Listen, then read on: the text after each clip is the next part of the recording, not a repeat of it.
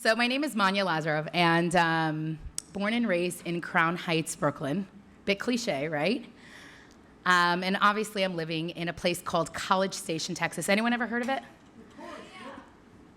Texas, absolutely. So usually when I'm anywhere and I introduce that I'm from Texas, they always say, "Oh, you're from Dallas. That's so nice." And I was like, "No, 3 hours south." And they say, "Oh, you're from Houston? Wow." I'm like, "No, 100 miles northwest." So then they're like, "Oh, you live in Austin?" And I'm like, "No, 2 hours east. San Antonio? No, 3 hours north." They're like, and then you get the blank stares, like, "Wait, where do you actually live?" And I'm like, "Well, it's this charming little dot, centrally isolated, but within 3 hours, you're in 4 major American cities." And I'm sure you can guess why I'm there. That's right, we run a Chabad house on a campus, catering to the students, the faculty at Texas A&M University. As you can imagine, raising a Hasidic family of 7 in a place at College Station is quite an adventure. I will say it was a bit of an adjustment, not gonna lie. I remember that first Purim, my son dressed up for Purim. And he put on jeans and a cowboy hat and boots and a plaid shirt. And he's like, "Ma, no one knows I'm dressed up." And my husband and I said, "Oh boy, this kid has no clue where he's living," right? So College Station, just to kind of give you an understanding of what College Station is and the kind of vibe the city has. We have an airport, indeed, on campus. It has 2 gates, one of which is actually operating. And the person who takes your ticket is also the person who took your luggage and may also be a student that interviewed you for their cultural exposure class. And it's like, "Oh, Manya, nice to see you." Or where TSA tells you, "Where are you off to today? No kids?" And I'm like, "I don't actually know you. Like, this is a little too cozy for Brooklyn girl, right?" But as you can imagine, there we're meeting and greeting and connecting with tons of young people from all over. I definitely recall these moments where I'm like, "Manya, you're not in Brooklyn anymore." One Sunday, so Texans, I see we have 1 Texan in the room, I know. Texans are, 2, where from? El Paso, neighbors. In Texas, that's neighbors. 12 hours for a bus, it's no big deal.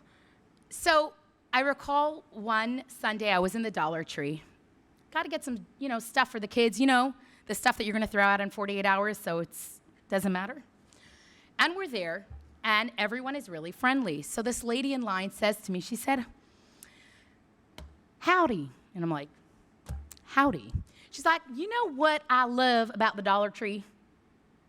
And I'm like, I really want to know what she loves about the Dollar Tree, obviously, right? So I'm like, "Sure, what do you love about the Dollar Tree?" She's like, "You know what I love? I love that I don't have to get dressed up like I do when I go to Walmart." And that is, in fact, the type of city I live in. We absolutely love it. But I have to tell you, like I said before, raising 7 children, Hasidic children, in a city of College Station is not exactly the ideal, fertile environment for that in a college campus. Your kids are going to be exposed to interesting things, and you need to give them a certain sense of confidence and identity and knowing who they are and what's important and what their values are. I will not forget the time a student on a Friday night came over to me and said, "Your son yelled at me." And I was like, when you're like, "What did the kid say?" I'm like, "Oh, I'm so sorry." I'm like getting ready to apologize, right? Clean it up, whatever happened. No, I deserved it. I'm like, okay, this is going to be interesting. So I said, "Well, what happened?" And he said, "Well, we were having a conversation about things that we probably shouldn't have been talking around near your son. And your son looked at us and said, 'Sam, when you came to this Chabad house, you would not say shut up around me. And I'm 8 years old, and you just had a whole conversation about drugs in front of an 8-year-old. And I don't need to know those things.'" So as you can imagine, we got to really give them some serious tools. Not only do we need to give our children serious tools, we need to give ourselves serious tools. How on earth can we pick up, live there, and create not only an environment that's going to be rich and nourishing and nurturing for our own children, but for every single Jewish Aggie that walks through the doors. So they in turn can go and build their own beautiful Jewish homes. You know, growing up, there was a line I always heard. And it was a line that was saying that Torah is Torah Chaim. It's a living Torah, right? You ever heard that word? That phrase? It's a living, vibrant, relevant Torah. And I think over our days here, we get to really see what that means.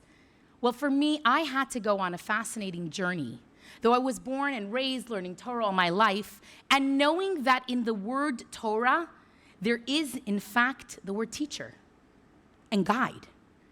But how do I go from this Torah portion that we're reading, or these biblical narratives that I've heard all my life, to what tools, what living, real, vibrant tools can I take and put in my pocket and pull out on a Tuesday afternoon when nothing's going right?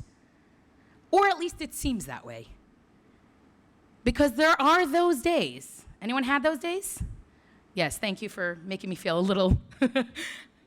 We all know those days where everything is pulling us in multiple directions. We're not exactly feeling like we're succeeding. We're feeling maybe guilty, stressed, overwhelmed. The burdens of life, of everyday living, the ups and the downs. So today, I was hoping to explore two of those stories.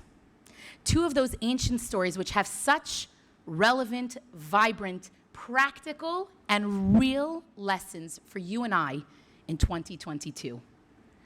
Because at the end of the day, when we look at these stories through the lens of Kabbalah and Hasidut, we can get such a depth, such a richness, that we could merge on into our Tuesday afternoon when everything is a mess and know how to navigate it. So these are stories that resonated so deeply with me that I'm hoping to share with you. So the first story, Joseph. You may have seen the Broadway show, Joseph in the Technicolor sweater, right, jacket. You may have heard this story growing up. It's a very fascinating story. Here's this young man, large family. Him and his siblings have some issues, okay? And they develop this fascinating plot to get rid of him.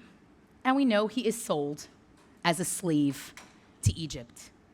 So not only are there sibling rivalry, and is he rejected by his siblings who tried to, first plan A was to get rid of him. Now plan B is we sold him into slavery. And we find such a fascinating story in the Torah. What we need to understand anytime we're analyzing Torah text is that every single word that is written in the Torah is intentional, has multiple layers, and so much to teach us. So I always say when you look at the text and it seems off, or the grammar's funny, or something's interesting, what do you do? How do you peel away the layers and understand it deeper? So as we travel along Joseph's story, we find that he ends up in prison. And we know his boss's wife tried to trap him. It was not a pretty situation. And he's feeling really alone in prison. Again, a young man in a foreign land, rejected by his siblings, sold by his siblings, right? You can't think of more trauma than that, okay? If you want to talk about someone who has issues, that's issues. And what do we find? In come new inmates. 2 new inmates join the prison cell. Who? The winemaker, the bread maker. And you find something fascinating in the text. Joseph looks at them, and Joseph says, Madua penechem ra'im hayom. Why do your faces look so sad today? What's your story? Why do you look sad? Now, you could say, well, Joseph, listen, you're having a traumatic situation. You need to focus on me time. You need to wallow, lean into your emotions. You need to deal with everything that's coming your way. And Joseph says, whoa. You guys look sad. Something's not right. Something is going on. And it could seem counterintuitive. But at that moment, they do unload and they do share their pain. And we know they tell their dreams that they had, and he interprets them. And that moment of stepping outside his own pain and sorrow, looking someone else in the eye and seeing what are they going through? What is their story? How can I help you? At that moment, that's the key to his salvation. I'll never forget, I once had a young student come to me, and she says to me, let's call her Sarah, and Sarah says, I don't know what to do. My boyfriend, he's a bit depressed. I said, okay, I'm listening, active listening. I'm trying to hear where she's going, what's going through her mind. She said, but the worst part of it, of all of this is that his friend is more depressed and his friend keeps turning to him to get advice. And I just want my boyfriend to focus on himself and not spend time helping this other friend. I looked at her, I said, I'm going to be counterintuitive here. I'm going to tell you the opposite. The more your boyfriend is able to help his friend, the gift it will give to him. And the truth is, we see that is the system that the Lubavitcher Rebbe set up. Every single one of us, wherever we are, whether in College Station, Texas, or El Paso, or Florida, we need to be able to look out, see others, see what they're going through, and say, how can I be of service to you? How can I bring light into your world? Everyone may remember, you may remember Passover 2021, sorry. No, it was 2020, right? 2020. Anyone remember Passover 2020? We all remember Passover 2020. I do. So our typical Passover prep is basically we're getting ready for Seders for about 100 to 120 each night. It's a big production, but everyone's in the kitchen, the students are peeling, and they're chopping, and it's mass chaos, and the music is pumping, and it's a lot of fun. We know now no one's in the kitchen. It's COVID. It's the height of COVID. No one's allowed to be in the building. Most of our students are already home. I have all my children that are all over the world at home. And we have to make Seder kits to go. We decide as an offering to the community, we're going to pack up Seder kits, and we did an estimation. We ordered, I think, 35 kits. We felt that was an oversight between who in the community would want that and the students that went home. How many were going to focus on creating a Seder. So we ordered 35 to-go kits. Lo and behold, 67 orders come in. Now you could say, Manya, you make a Seder for 120. What is 67? Not at a time when you could not have anyone else come in and help, no cleaning help, no students rolling up their sleeves and peeling and chopping. You're at a time where every single lettuce had to be bagged. Every single egg needed to be put in a container, labeled, instructions. It was a huge production. So our staff at Chabad consists of at that time, 6 children. And as you can imagine, our children rolled up their sleeves to get involved. And there was all that last-minute chaos, the packing, the things. It was not our regular system of Control-C, Control-V. This is how we do Passover. This is how we get these things done. It was a whole new operation. It was overwhelming. And I remember at one point, one of my daughters, our 12-year-olds are triplets. So she was 10 at the time. And she had it. And she said, why are we doing this? This is so much work. Are people going to know how hard we're working? Will they appreciate what we're doing? Are they going to have a Seder? Does anyone know how hard this is for us? Anyone ever had a meltdown like that? She was expressing real emotions. This is overwhelming. And I'll never forget, at that time, my 20-year-old looked at her, and he said to her, you're right. People may not know how hard you're working, and they may not appreciate it. And you know what? They may even eat it as a salad and not as a Seder. It's possible. But aren't you glad you're a giver? Isn't it a good thing to be giving? And at that moment, that lesson of giving to others, the mindset that the Rebbe imparted in all of us to look at ourselves as givers, to bring light into the world, was huge and so real and practical. But moving forward, Joseph's story continues. And it's really breathtaking. We know that he ends up climbing to power, and he ends up the second in command, saving the country. It's quite a story. And what happens? In Parshat Vayigash, the reunion. The brothers are hungry. There's a famine. We know the story a little bit, right? And they're coming to get food. Now, they have not imagined that young boy that they sold, that they thought was for sure gone, was the person they were meeting in power, who had the key to their life. Remember, they had not been so kind. And we find the most breathtaking, powerful sayings that Yosef goes on to share. He looks at his brothers once they realize, I know that you know that you know that I know exactly what's going on here. I know who you are. You know who I am. And he said to them, don't be upset. Don't be distraught. God wanted me to be down here before you, to save you and to save humanity. It's not you who did this to me. You were acting, it was Hashem's will. Can you imagine the ability to look at those who are challenging us, who put us in really uncomfortable, difficult situations through that lens? That every single thing that happens to us, every single place we end up, and everything we own is part of our story. Our soul comes down into the world. It has a story. It has a journey. We don't know what that is, but life has a fascinating way of showing us. I'll never forget this moment. On campus, one of the things we do is matzo ball soup deliveries.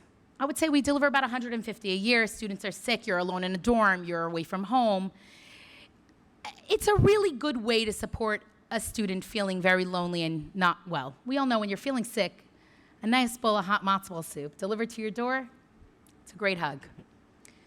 So it was one day, and there was a young girl who was quite popular, and everyone kind of was, like that person everyone's a little jealous of. Well, I was scrolling through social media, and I see on Facebook that she wrote she's not feeling well. So I offered to bring her a chicken matzo ball soup. And she says yes. And I won't forget this because shortly after I had my triplets, and then I wasn't able to go and just spend an hour dropping off chicken soup, okay? But I went and I dropped off the soup, and we talked. We talked about her wallpaper, her furniture, her classes, her clothing. It wasn't a deep, meaningful, moving, emotional discussion. It was life. And after that period of time, she started coming to Chabad more frequently, got more comfortable, became more connected to the community. And it was a turning point for her. Well, as her journey became more connected, she shared how, in fact, she had been dealing with a lot of very heavy personal challenges. And so one of the things I know is I'm not a psychologist. I'm a shlucha, but not a psychologist. And so I have a local therapist that I refer students out to. And sure enough, we had her see the therapist, and she really was able to get stronger and healthier. And she graduated and went on her way. Okay, seems like a regular, average day, week, month in the life of a campus shlucha. Lo and behold, 2 years later, she came to visit. And it was a Friday night, and she got all emotional. She looks around the room, you and Rabbi saving lives over here. And I thought to myself, listen, it's a bit of drama over here. It's a bit dramatic. It's a chicken matzo ball soup. It's a challah. It's gefilte fish. Yes, Jews are connecting to each other, to Judaism, to their souls, sure. The way to a neshama takes many routes. Sometimes it's a person doing a mitzvah. Sometimes it's learning a piece of Torah, and sometimes it's through the stomach. On campus, most often, that's the gateway, is a nice Shabbat dinner. So I just kind of was a little dismissive. I said, listen, we're shluchim, we're not, humanitarians, that if we weren't doing this, we'd be digging wells in Africa. I thank the Rebbe. It's just as simple. She said, no. You don't know. I said, no. Like, where's she going? Do you remember that night? I said, what night? She said, do you remember that night that you brought me the chicken soup? And I said, yeah, because like I said, it was kind of a turning point in her relationship with her Jewish identity with Chabad. She said, you know, you don't know the full story. I said, what are you talking about? She said, I had found out really heavy news about my life and my family. And I was so alone. I was so alone in the world. I had no one to talk to. And I actually decided, I'm leaving. I'm leaving this world. I set the stage. I planned that night. I was going to say goodbye. And she described to me exactly the setting, the stage she had set. She said, and that night you came and you sat and you brought me soup and you talked. And I realized one thing. I am not alone. I'm not alone in this world. I have people who care. I cannot tell you what an impression that made on me, that she shared that with me. We never know when going out on a limb, being there for someone else. I was meant to see that exact social media post on that exact moment at that exact time. I'm not a techie, but I know a little bit about algorithms and social media. It goes very fast. You can miss a post in a second. But there is no doubt that that young woman was meant to go on, build a beautiful Jewish home, have 3 beautiful Jewish children, marry a wonderful Jewish man. From one thing, Hashem put us exactly where we were meant to be. The thing that I saw, my soul, her soul, we were meant to meet. So we don't know what happens, why it happens, when it happens, but there's so much of a bigger picture going on here. And that is something that we really see from Yosef's story. He's telling his brothers, look, you can get angry, you could be distraught, but don't. This is part of Hashem's plan. And we know the Baal Shem Tov teaches that even a leaf does not fall without it being determined where it's going to be and why it's there. The very famous story told of the leaf that was on the ground and Baal Shem Tov was teaching his student this powerful lesson. He said, well, this leaf, you're going to tell me the God up in heaven, the big Lord, cares about this leaf? Like, really? Everything happens for a reason? Yeah, everything. Lift up the leaf. And there's that little baby worm who was seeking a little bit of shade and a little bit of comfort and a little bit of protection. So if it's true for a worm, it's most certainly true for you and I. And I want to share a personal story.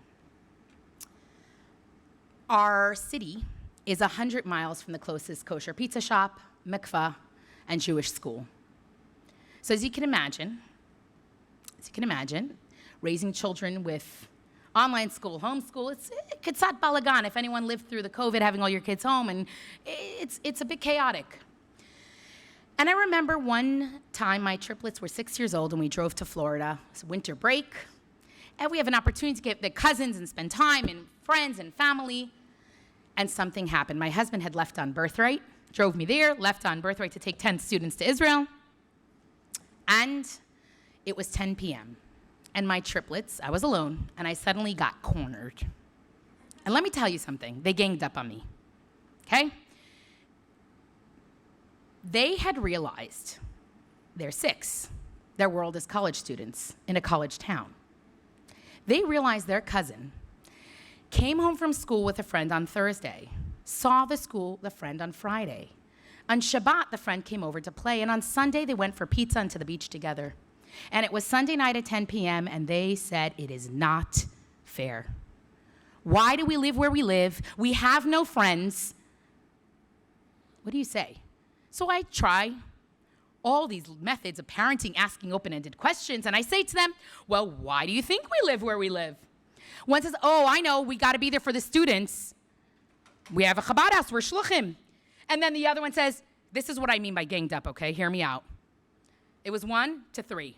The other one says, our cousins are shluchim also, and they live in a city with school and friends. Like, basically, nice try, lady. That's not going to work. So I said, well, I go to my next question. What would happen if we weren't there? Perfectly logic. Maybe empower them, maybe help them see. The other one says, next one says, oh, if we weren't there, the students would have no Shabbat and no place to go. You're right, huh? And the other one says, There are plenty of other people who could live there. We could live somewhere else. There are a lot of Chabadniks who would go on shlichut and open a Chabad house anywhere in the world. So I was basically not winning. So I validated their feelings. 10 p.m., three 6-year-olds, not very rational. I said, I hear you. I love you. It's tough. We'll talk. Good night. I give them hugs and kisses and fine. The next day, lo and behold, this was part 2. They were not dropping it so soon. They said, Ma, yeah, we had a meeting. I'm like, oh, a meeting. Okay, they're used to meetings. People are always meetings. That's their world. There's always. The sorority girls are going to meeting. The fraternity guys are going to meeting. Chabad's having meetings. They're used to meetings. Meetings are normal. We had a meeting.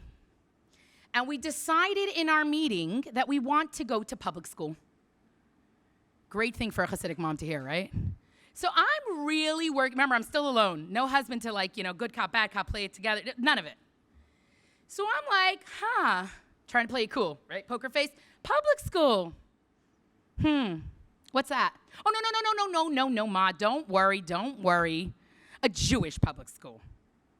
So now I'm like, okay, first of all, they sensed exactly my feeling. They read between the lines really well. They knew exactly how I was actually feeling. And I said, what's a Jewish public school? And they said, Ma, a Jewish school that's open to the public. Desks and chairs and a blackboard and a teacher. They basically were not comfortable sitting around the table in pajamas anymore. And I will tell you, we took that seriously.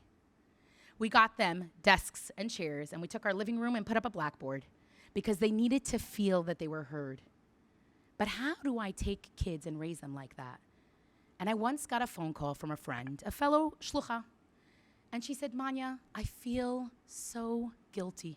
I feel terrible. My kids, there's no school, there's no friends. It's so overwhelming. I feel terrible for them. And I said to her, she says, don't you feel horrible for your kids? I said, no. You don't feel terrible for your children? No. Now she's thinking I'm a really bad human, right? Like, how could this person? I said, okay.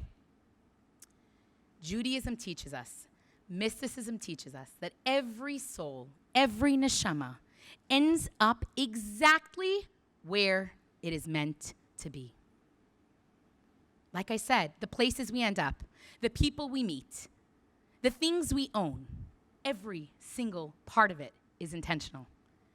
And I said to her, are you telling me that every soul in the world ended up where it was meant to be, except my children? I don't buy that. They're exactly where they're meant to be. And so when we live this Jewish value of our souls being a part of Hashem, coming down into this world, taking their own unique journey to exactly the places they're meant to be, the people we're meant to meet, the things that we own are meant to be ours. I remember we were house hunting, and it was this house that was perfect, and kids kept calling from camp, did we buy the house? Are we moving?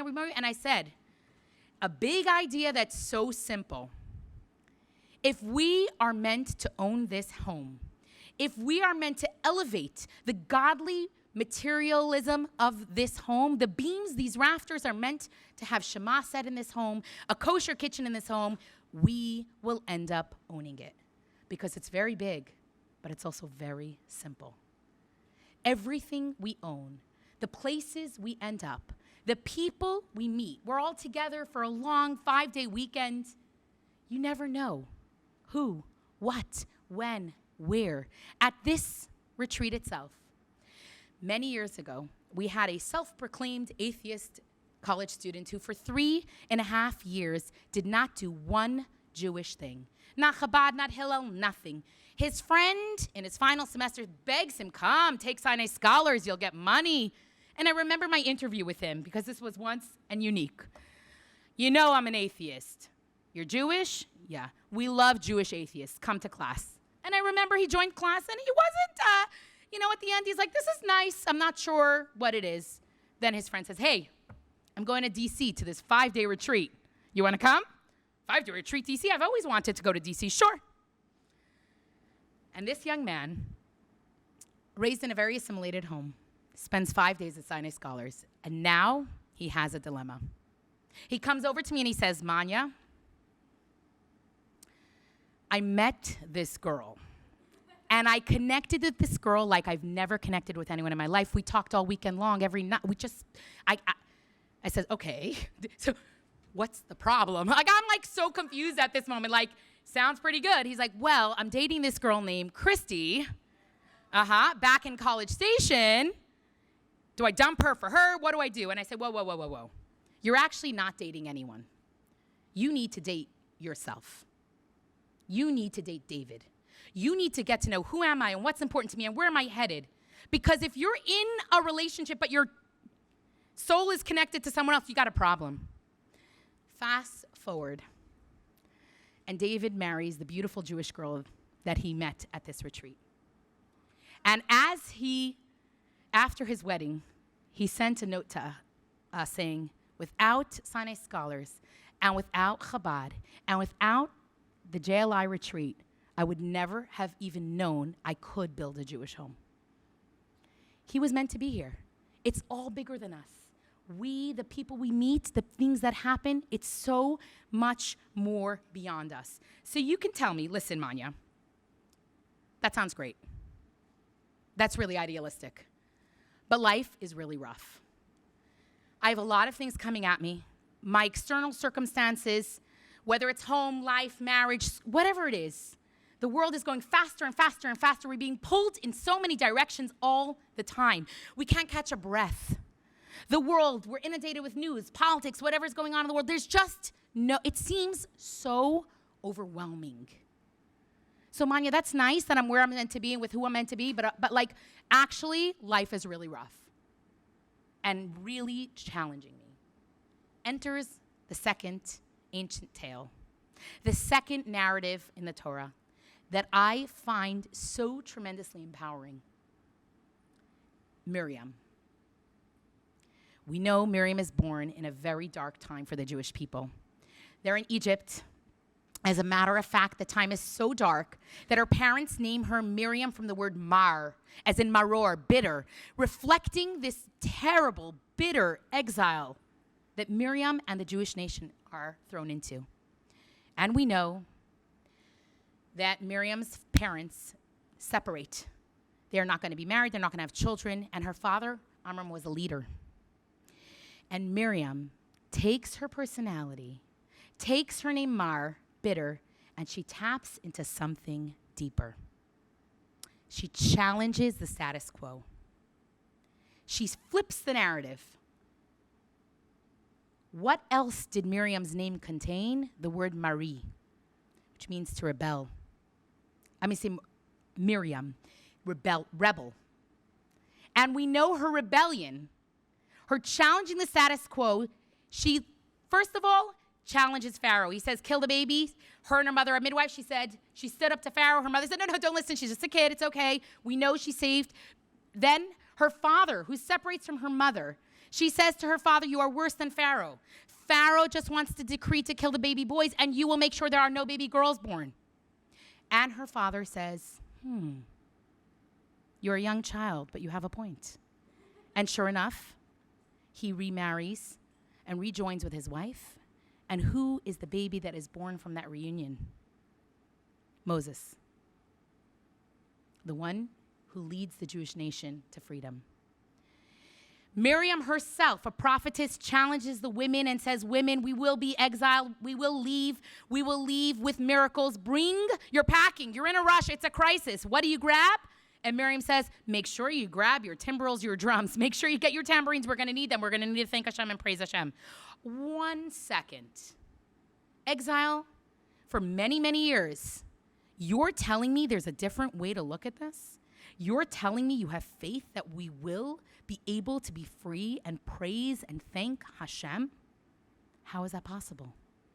And sure enough, the women follow her. And we know she leads them in song. As sure enough, there are miracles that happen. And Miriam's so inspirational to me because I truly believe, and I've seen, that all of us are going to have things that come our way. There's a fascinating story. In 1969, there is the first African-American woman who's voted into Congress. And she is from none other than Brooklyn. Her name is Shirley Chisholm. And let's just say there were some racial political dynamics. And people wanted to put her in her place. She was very excited to take on issues that are related to big cities, bring some solutions, and sure enough, guess which committee she was assigned? The Agricultural Committee. And the title of the newspaper mocking her was saying, "Does a tree grow in Brooklyn?" It was to put her in her place, to demote her. You think you, as the first African American, are going to advance and make change? Go take care of the trees. Go take care of the agriculture. And she was honestly distraught. She felt shame. She felt bitterness. She felt terrible. Well, one day, she gets a phone call, and it's from the Lubavitcher Rebbe's office. And she's asked to come in to meet with the Rebbe. And this woman comes in to meet with the Rebbe. And the Rebbe said to her, "I heard you're upset." I'm not upset. I'm really, really broken. And she shares with the Rebbe how she feels. She knows this is a mockery. She knows exactly what's going on here. And she's really distraught. What do I know? And the Rebbe said, "How incredible is your opportunity? There are mothers in New York, in Brooklyn, who can't feed their babies. There are farmers in the Midwest who have a surplus. Find a solution. You're exactly where you're meant to be." And sure enough, day one in Congress, she meets Senator Bob Dole. And they're talking. And he starts sharing with her that he's dealing with the farmers in the Midwest that have excess crop that are going to waste. They're wasting their crop. They're wasting their money. And it's a crisis. And she suddenly remembers what the Rebbe told her. Well, at her retirement party, she is actually the one who created what then becomes WIC, a government arm to help women, infant, and children from poverty with food. Food stamps, WIC, is actually her brainchild from her work in Congress. And at her retirement, she says, "If young moms in New York have food to feed their babies, it's thanks to a grand rabbi in Brooklyn who had vision, who had the ability to look at a situation differently, and obviously inspired her to do the same." So often in life, we may have things that we see one way, an experience that we have that only feels like this is so overwhelming, this is no way it could turn out differently, I can't live this story in a different way. And the Rebbe was telling her, and Miriam was modeling for us, that even in the most bitter, dark moments of our lives, we can challenge that status quo. We could see things differently. And it starts, obviously, in our mind. There's a powerful line. B'makom shemachshavto shel adam sham hu nimtza. Wherever a person's mindset is, that's where they are. The power of our mind, and we know that Hasidut teaches us that our minds can control our emotions. We can check in and align and work on how we feel and affect our emotions based on our intellect. But how do we do that? So I want to share with you another story. And this story is a bit more sensitive, but powerful nonetheless, and taught me so much about all those Torah lessons that I've maybe taken for granted all my life. There is a young sophomore at our university. And this young sophomore comes to me with, he needs to talk. He's got a situation. What's the situation? And he says, well, look, there's this really nice Jewish girl, Sophie. And I really kind of want to ask her out. So I'm like, so ask her out. Seems pretty good, right? He says, there's only one problem. What's the problem? I have not dated since high school. I'm like, okay. And suddenly he gets emotional. And he said, my first girlfriend was killed in a car accident. And I was so traumatized that I've not dated since. And I just don't feel like I have it in me. Well, through a lot of encouragement and support and love, he asks Sophie out. And they start to date. And it's going really well. And they clicked. She tells her family about him. It's going really well. He seems happy. Sounds amazing. One morning, very early in the morning, we get a devastating phone call. Sophie and her mother were killed in a car accident. It was all over the news. It was a terrible accident. It shook our students to their core.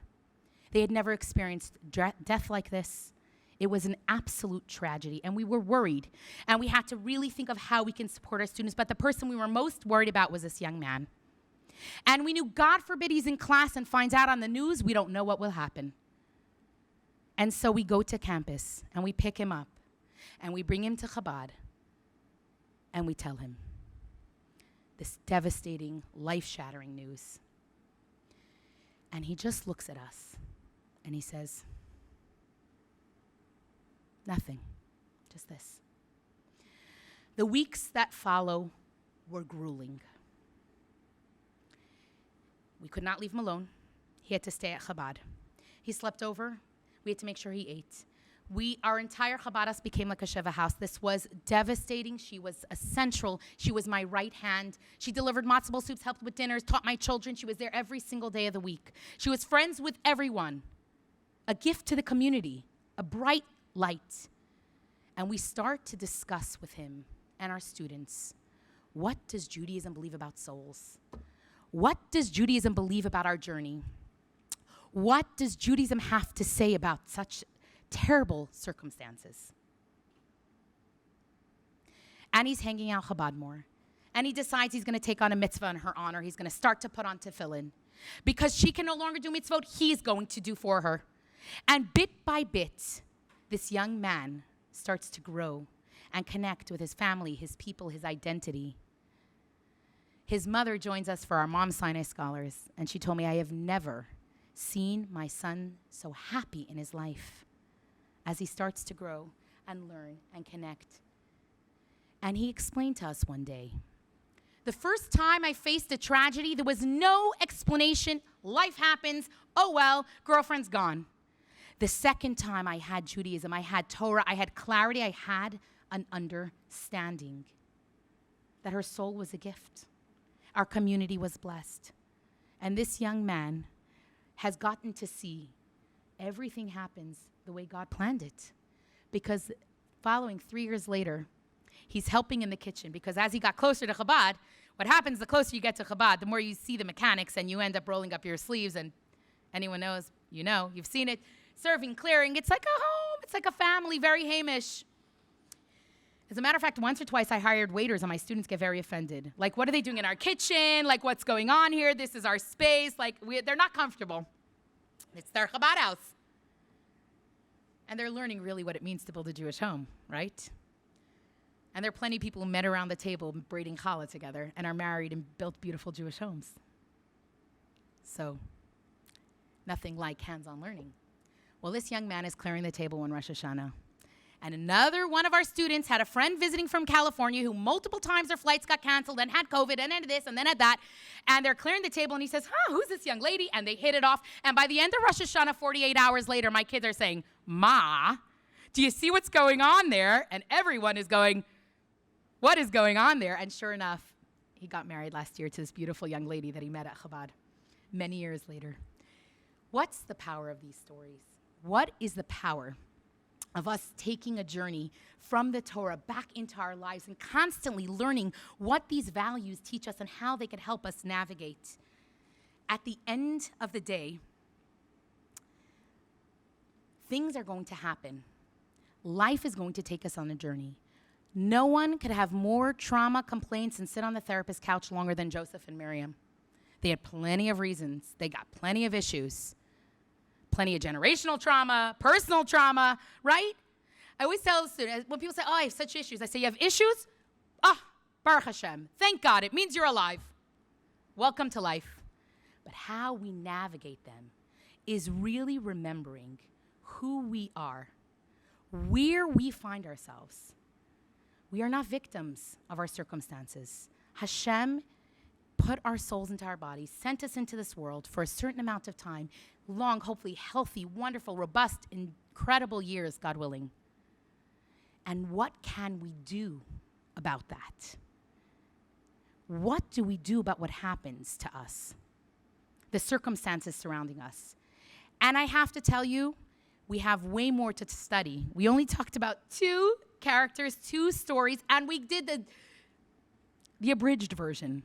But the more we plug into Torah, the more we nourish and nurture our soul with these stories, the more we actually have tools for a Tuesday afternoon when things really don't seem like they're going the way they need to, or the way we hope they will. And when we live that way, we can share those values not just with ourselves, with all those we meet. And allow all those we meet to be inspired. And what happens when we share with others, we gain. I have to tell you something. I have not mastered these skills, but I know they're there. They're not tools that I can pull out every time things are going wrong, but they're gifts that Judaism and Torah gives us. And the more we're able to tap into them and use them, the more they're able to help us in our day-to-day life, bring our own light, our own soul power to the world, and share that light with others. Thank you. Any questions or anything anyone wants to ask, or any questions that anyone has, or no? Any curiosity? Go ahead.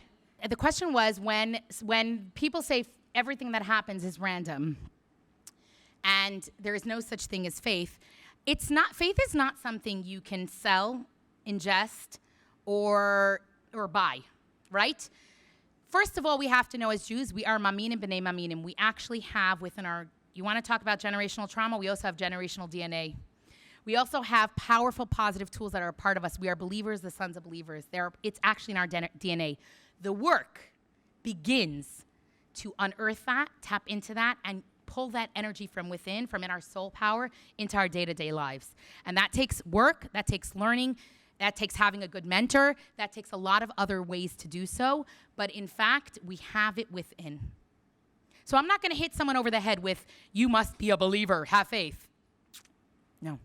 But when we share stories and when we look at moments in our lives that things didn't seem, we all have moments where we think things are going a certain way for a reason, and then we find out the rest of the story. So when we tap into those, then it reinforces that message. And we kind of learn, keep learning. We're 5 days of learning, right?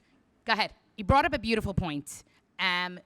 What do we do about the fact that that sounds great that Joseph's like, sure, no problem, but what about free will? Like, we all have free will. And what about the fact of accountability? Like, his brothers at the end of the day did sell him, right? And it wasn't exactly the most ideal brotherly, loving situation. And gosh darn it, I'm using your words, are we giving them off the hook? So you're really tap into something that's probably for another part 2 class. No, I'm serious, because I'm not dismissing your question.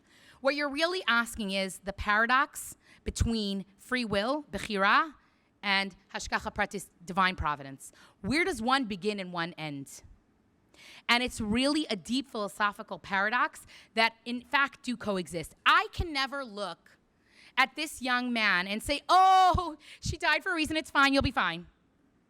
Never. I can never look at Joseph and say, oh, your brother sold you, it's not a big deal, it was for a reason, you'll find out one day. We can never look at someone else's pain and justify it, dismiss it, and say, but Joseph himself can say that. Now, Joseph obviously was a sage and a righteous soul, and he had perspective. My point is, there's a reason the Torah is sharing that part of the narrative. The Torah is sharing that part for you and I to be able to take that as a tool, put it in our pocket, and understand it. Pain happens. Everyone's going to experience pain. It's part of the human condition. Our souls coming into the world experience trauma. A soul arriving in the world, a spiritual, a celestial sphere, and arriving into a physical world is traumatic. Pain happens, trauma happens. Suffering, that's where the choice is. And it's deep work, and I would say, really, we have to have a whole Hasidus. Kabbalah goes, practical Kabbalah goes into a lot of deeper teachings to understand that interplay between those two really conflicting ideas. So find a local rabbi and say, I need to discuss with you hashgacha pratis, divine providence, and bechira, free will. Basically, you have more homework now.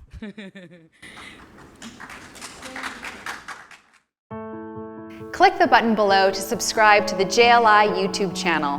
It's like a relaxing spa for the soul.